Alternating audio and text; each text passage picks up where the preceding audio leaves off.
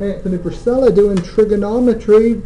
Today we're working with double angle identities, but the first thing I'm going to do is review the sum and difference identities, in particular the sum identities from the last time. Did y'all get the hang of those?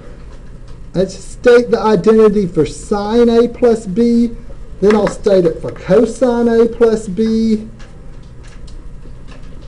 and then I'll state it for tangent C plus D. No, not really. Tangent A plus B.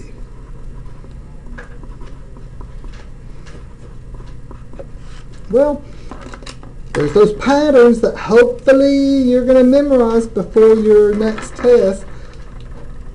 One of them is sine, cosine, cosine, sine. The other one is cosine, cosine, sine, sine.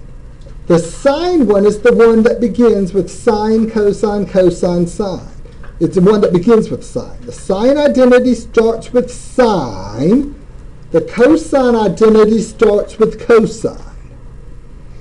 So sine, and then I'm going to be going first angle, second angle. Sine, cosine. This next symbol is the same one that's in the parentheses. Remember, same and S and sine start with the letter S. Sine, cosine, cosine, sine. Same symbol in the middle. Cosine A plus B, cosine, cosine. Change, the word change starts with a C just like cosine. Cosine, cosine, change, sine, sine.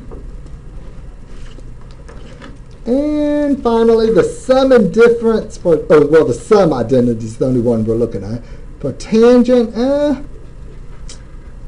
doesn't really have that neat little pattern or whatever, but it starts off, it's tangent, first angle, and then you have either a plus or minus. The top symbol here is the same one that's in the parentheses,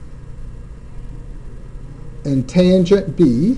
So it's tangent A plus tangent B, and then a 1. The next symbol, you change the symbol that's in the parentheses. So that's a minus, and now it's tangent A, tangent B. So somehow you're going to have these memorized. And we're going to use them right now to derive what's called a double angle identity. Double angle identity. I remember years ago teaching a course at Baylor where we were going to get all the students ready for calculus in one semester. And we'd tell them, okay, memorize sine A plus B, cosine A plus B, tangent A plus B. And even back then, I was up there, sine, cosine, cosine, sine, same symbol in the middle. But for these double angle identities, we would tell them, okay, instead of memorizing that, just remember how to derive them. A double angle, sine, double angle is 2 times A. Double means times 2. And the hint that I would give you, if you were going to try to derive this identity, you're going to use the red one up here. And here's a hint. You know, in math textbooks, whenever they give you a hint, it's never obvious. What the heck is that hint saying? But here's your hint. If you were going to derive an identity, your hint would be 2A equals A plus A. Wonder if y'all can figure out, what the heck am I saying? What's that hint? How are we going to derive this identity? I tell you, it has something to do with this sine A plus B. What am I trying to say? Maybe replace the B with an A.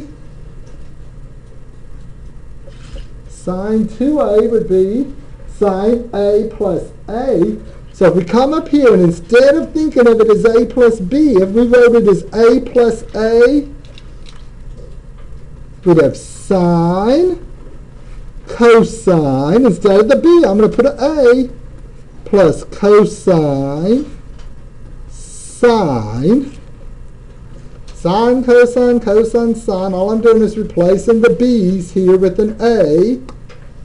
And can I rewrite that somehow? 2 sine A. Yeah, 2 sine A. Well, sine A cosine A plus this cosine A sine A is sine A cosine A also. So you could just write this as 2 sine A cosine A. Treat the sine A cosine A the same way you would if you were adding the variables x plus y. Excuse me, xy plus yx. Yx would be the same thing as xy. So xy plus xy, 2xy. Sine A cosine A plus itself, sine A cosine A, is 2 sine A cosine A. Now, let's keep on. Well, no, let's go ahead and, having seen that, could y'all derive an identity, a double angle identity for cosine 2A? Do I need to give you the hint, or is the hint still good? Yeah. You would replace, think of that 2A as A plus A. So let me come up here, and in place of this B's, if I put an A here and here, we'd have cosine A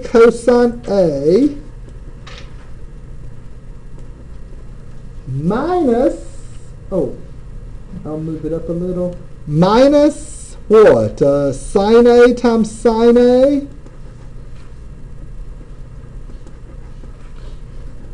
Which is, or could be written how? Let me do it like this. Cosine squared theta. Cosine squared. I'm using an A if you want to say theta. Probably I should have used a theta on this. Cosine squared A minus sine squared A. Now, something that we did earlier, there's 2 other ways you could rewrite this thing. This cosine squared, well, we did it with thetas, and it's actually an A.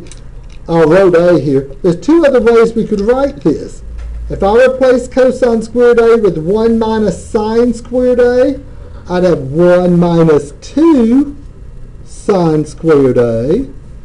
Or I could replace sine squared A with 1 minus cosine squared A. That's what we did over there. And we'd have 2 cosine squared A minus 1. So there's actually 3 double angle identities for cosine. Cosine 2A is cosine squared A minus sine squared A, or 1 minus 2 sine squared A, or 2 cosine squared A minus 1. Now for sine 2A, there's just 1 double angle identity for sine. There's 3 for cosine, however. Let's see. Could y'all derive a double angle identity for tangent? Well, let's derive one for tangent 2A. In a moment, I'll summarize them all on a clean sheet of paper. You would think of A as, or 2A as A plus A. So come up here, and in place of the little B's, if we put an A, see, this is what we tell students to do instead of memorizing. We were doing so much stuff. We did all of trigonometry, everything we're doing here, we did in 3 weeks' time in that course. So it was just a real fast, okay, memorize this, do that. If I replace this B with an A, you can just sort of read it off what you would have. Tangent A plus tangent A is 2 tangent A, right? Then we have a 1 minus tangent A times tangent A. What would that be? Tangent squared A. So here are the here are the double angle identities for sine, cosine, and tangent. Now see, if you have this one memorized, it's pretty easy to come up with this. Just replace the B with an A. We have tangent A plus tangent A, tangent 2 tangent A, tangent A plus tangent A, and then 1 minus tangent A times tangent A. Tangent A times tangent A is tangent squared A. See how I derived these?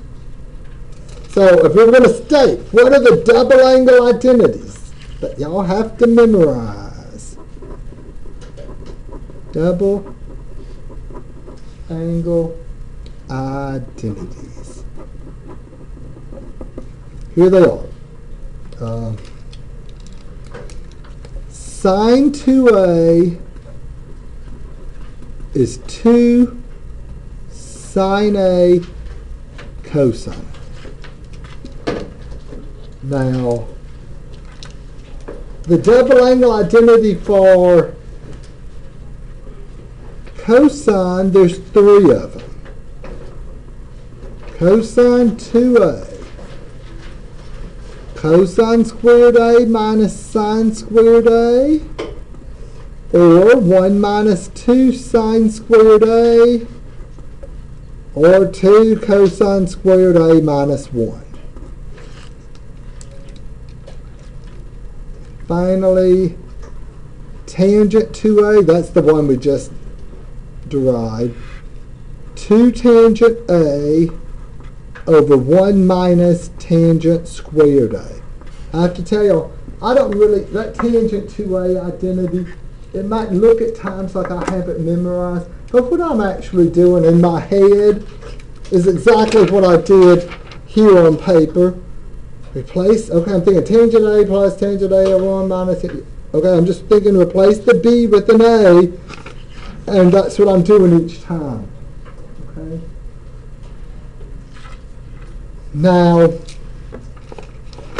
let's do a few problems here with those identities.